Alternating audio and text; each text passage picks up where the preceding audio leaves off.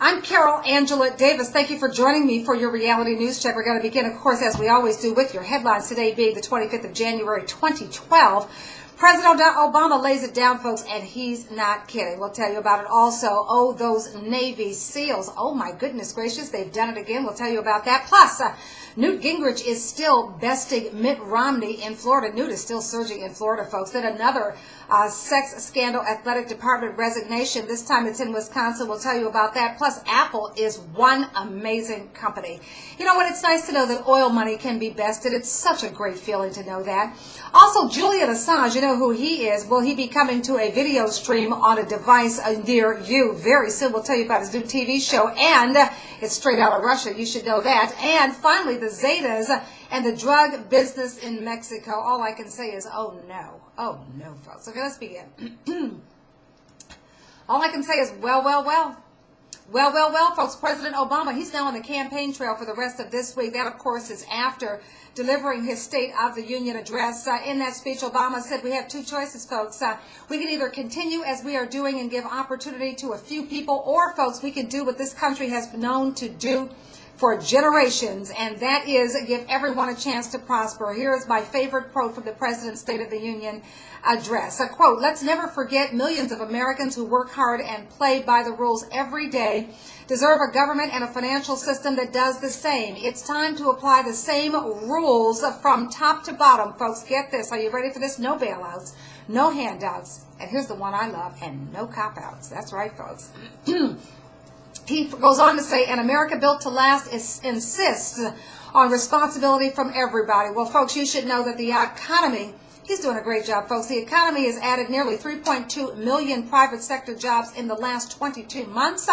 American manufacturing is creating jobs for the first time, folks, since the 1990s. Now, don't let him fool you. He's doing a great job.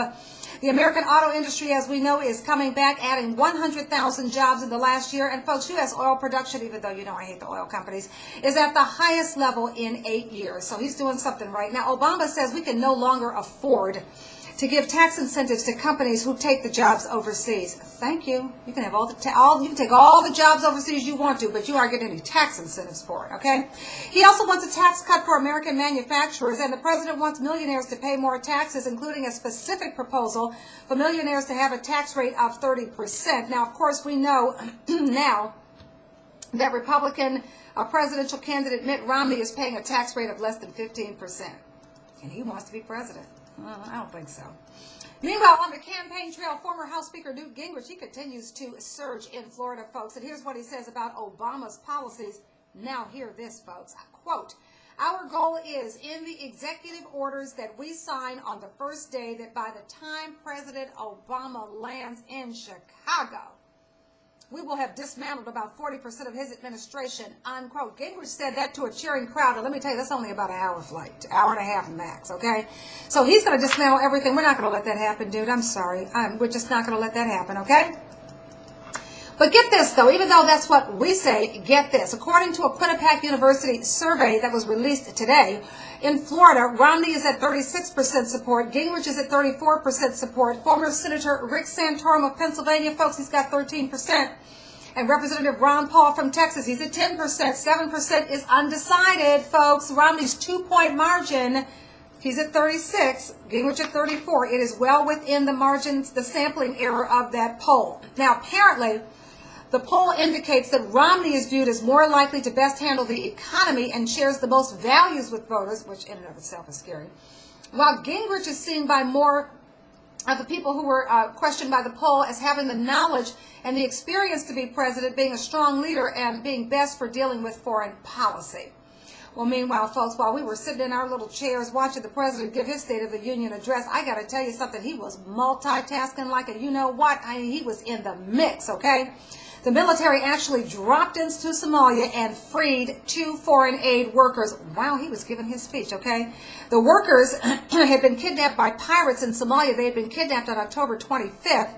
And that, folks, is the work of our elite Navy SEALs. Apparently, there was a shootout. The 2 hostages were freed. They were uninjured, but 9 of their captors supposedly have been killed. No casualties reported among U.S. forces. And yes, folks, it was that same elite Navy SEAL Team 6, folks. Oh, I'd like to meet them. They're the ones who killed Osama bin Laden. They spent 1 hour on the ground. They do not BS around. 1 hour on the ground. And when they left, they had American Jessica Buchanan, 32 years old. They had her with them, and a Danish man. His name is Paul Fisted. He's 60. Now, the two had been working for the Danish Debenning group. That's part of the Danish Refugee Council when they were abducted by gunmen, as we said, back in October. And you should know that of Somalia, in case you're wondering, it does have a UN currently. There's an interim government in place. It is backed by the UN. It controls the capital, of course, which is Mogadishu, and we have to thank that to the efforts of a 12,000-strong African Union force. So we thank them for that. All right, back here at home, folks, in other news, a University of Wisconsin senior official is now the latest to resign in an athletic department sex scandal.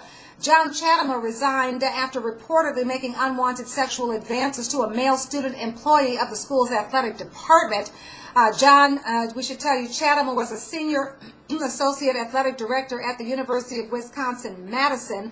Apparently, the event happened in late December at a party that Chatema hosted at a hotel in Los Angeles. It was it was a Rose Bowl party. In business news, go Apple. Can you believe that company is the world's most valuable publicly traded company? Apple nudging out oil giant Exxon Mobil to get that honor. Okay, Apple reportedly reporting the best quarterly results in history for a tech company, pushing the company's market value to 419 billion buckaroos, folks. That represents a 73% jump in sales to $46.3 billion, a tech industry record. And this last quarter is one of the most profitable quarters ever for any U.S. company. In the most recent quarter alone, you should know Apple sold a whopping 37 million iPhones. That is twice what it sold in the same period a year ago. And the news is not only good for Apple, folks. We should know that its results also help boost the shares of companies that make components for Apple products. Lift when the tide comes in, folks. Everybody gets lifted. That's what the president's been telling us about the economy. Look at it in the microcosm. Look at Apple. Look at all the companies that lifted. Listen to this. We're talking chip makers, including Broadcom, Qualcomm, TriQuint, ARM Holdings, Cirrus Logic, and Skyworks Solutions. All of those companies, folks, all of them surged thanks to Apple. Nuance Communications, that's one of the companies responsible for Apple's voice recognition software, Siri. Well, it gained 3%. Zag, a maker of mobile device accessories, folks, that one rose 4%. And I want you to know, just so you're wondering about the stock symbols for those companies, Broadcom, BRCM, Qualcomm, QCOM, TriQuint, TQNT, ARM Holdings, ARMH, Cirrus Logic, CRUS, and Skyworks Solutions, SWKS, and finally Zag, ZAGG. If you want to look those stock symbols up, those companies up, those are the stock symbols. All right, so we also want you to know that the iPad sales doubled to a record 15.4 million. Apple also sold 5.2 million Macs, and that was just during the holiday quarter, which ended on December 31st. Okay? Go Apple. We love you. It's nice to know that you don't have to, scrape up the holy ground and all the oil and everything. It's the only way you can make money out here. Okay, also today, can you believe that the founder of whistleblowing website WikiLeaks and Julian Asange, who's also being called a cyberspace activist, okay, he's getting a TV show on a Russian state satellite channel. Now, as you know, that's right, folks. As you know, WikiLeaks, that's the website that published a ton of material, mostly from leaked diplomatic cables. Apparently, Assange is going to interview key political players, thinkers, and revolutionaries from all over the world. Now, I guess we'll have to wait and see how that turns out because, of course, right now, Assange is still fighting extradition from the UK to Sweden over sexual assault allegations, and they are allegations that he denies. Finally today, folks, we travel to Mexico where the news is simply not good. The Zetas, that's Mexico's largest drug gang. That is the word from a new study. Apparently, the Zetas now operate in more than half of all of Mexico's states. Yuck.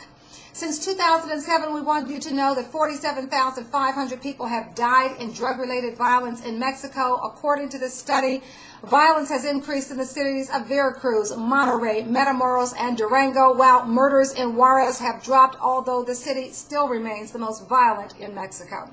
The Zetas control much of eastern Mexico. If you ask yourself, how do they do it? Here's how, folks. Their leadership is composed of ex-special ops soldiers.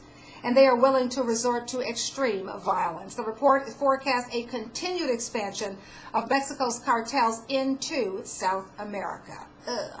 Those are your stories, folks. Thanks for joining us. This is your Reality News Check. I'll see you next time. I'm Carol Angela Davis. Follow me on Twitter @CarolAngelaD. Have a great day.